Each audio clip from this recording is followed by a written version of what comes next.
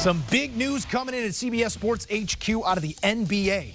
That news cycle offering yet another bombshell trade on Wednesday. The Houston Rockets have agreed to trade Russell Westbrook and first-round pick to Washington in exchange for John Wall. The guard swap going to reunite Westbrook with head coach Scott Brooks. Wall will look to put a new foot forward in his first action in about 2 years as he continues to recover from a ruptured Achilles. Both point men scheduled to make north of $41 million next season. But again, John Wall a Rocket, Russell Westbrook a Wizard. Joining us now on CBS Sports HQ, CBS NBA insider Bill Reiter, reacting to the news here. Russell Westbrook, John Wall trading places. Two of the harder to move contracts in the entire NBA moved for one another. Throw a pick in there and you got a deal. Does this change the immediate trajectory of either one of these franchises?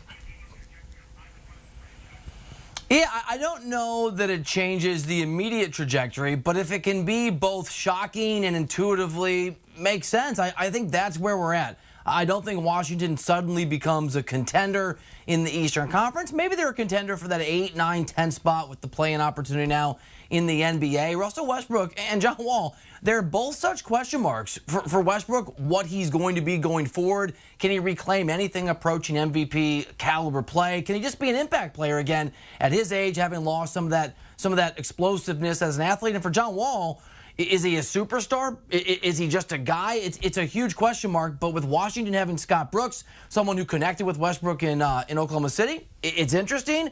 And for John Wall to get a fresh start and for the Rockets to take a huge gamble, but there's some upside there. We'll see what Wall is when he comes back. It makes sense. So I think both of these moves make sense, but I don't think either team is suddenly a contender.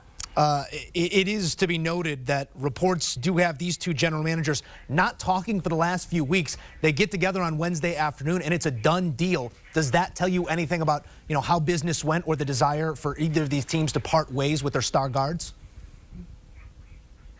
Yeah, I can tell you this. I spent my morning visiting with several GMs and several executives around the league. Just one of those days where I got a hold of a bunch of people talking about one topic, and Westbrook came up and Harden came up in each of these conversations. And it wasn't either organization. It wasn't the Rockets. It wasn't Washington. But several of the people that I talked to thought something was going to happen in Houston. There was just a sense that they were ready to try and move on. So to your point, I think when you've got guys that want to be gone, that are forcing their way out, and I'm talking about Russell Westbrook, doesn't want to be in Houston and doesn't want to play with James Harden, things are going to happen. And we knew before John Wall went down to injury and the real uncertainty hanging over him that he just didn't fit with Bradley Beal. When they were both 100%, which has been a long time for John Wall, it wasn't a good fit. So both organizations were motivated to make a move. You cited the fact they have massive contracts. So they probably got on the phone, finally had those conversations they were destined to have, and realized whatever the shortcomings of each of these players, and there are shortcomings, it made sense for both organizations to pull a swap. One shoe has fallen here with Russell Westbrook. We await the next, but does this change the outlook for James Harden in Houston, or has that bridge been burned? Perhaps he wants to play with John Wall. Perhaps he still wants out of town. Yeah, I guess. It'll be interesting to see whether or not if Wall at practice or in some opportunity with Harden looks explosive. Guys will tell you that when people come into the league, they can tell immediately in practice whether they belong. The same logic can apply to someone that's coming off a serious injury, especially for a point guard. John Wall just turned 30. That's an age for point guards, even without an injury, where things can start to turn. Maybe if Harden sees something in Wall early on, he'll change his tune. Everything that I've heard, everything that I heard today, just gossiping with folks around the NBA, is that Harden's not going to be a Rocket if he can help it, and we know guys can help it in 2020 when you're that caliber of a player. We don't know much about Stephen Silas as a head coach. We don't know how he's going to connect with Harden. We don't know, again, whether or not Wall's going to show something that tempts Harden to stick around. My guess is that the Wall trade and the upside of John Wall and the risk associated with it reflects the fact that the Rockets understand they probably aren't going to be able to keep James Harden in the long run.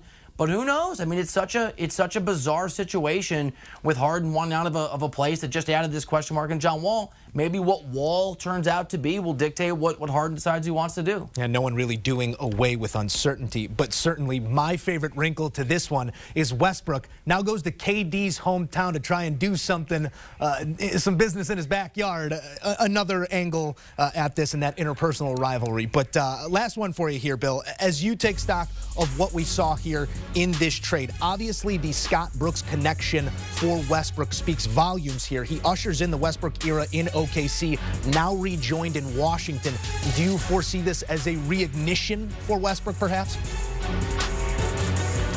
I do. I think it's the best possible. It's interesting. It's a great question. I think it's the best possible landing spot Westbrook could be in. You've got someone in Bradley Beal who's desperate to play with a capable player who's not John Wall. So you would presume that Beal's going to be really open to whatever frustrations there are with a ball-dominant player like Westbrook. Westbrook wants to go and prove that he can be a #1 guy, a guy that can at least, and Beal's a pretty good player, at least be a contributor. So he's going to be motivated to make it work and show the world, as a guy told me earlier today, an executive, that it was Harden and not Westbrook that was the problem before this trade.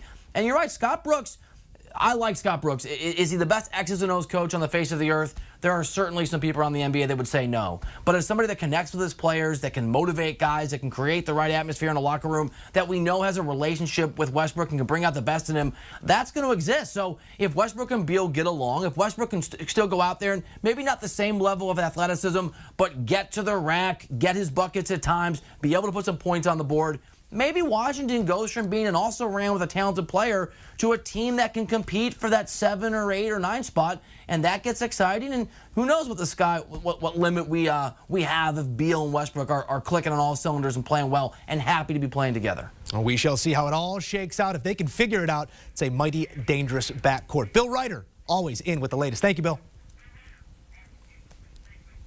All right, let's take a look at the odds to win the Western Conference. The Lakers, your odds-on favorite to win the conference and the championship, locking up LeBron to a 2-year, $80+ million extension. They're plus 140 to win the West. Clippers at plus 260. There you find the Rockets down the board 16-1 to win the West.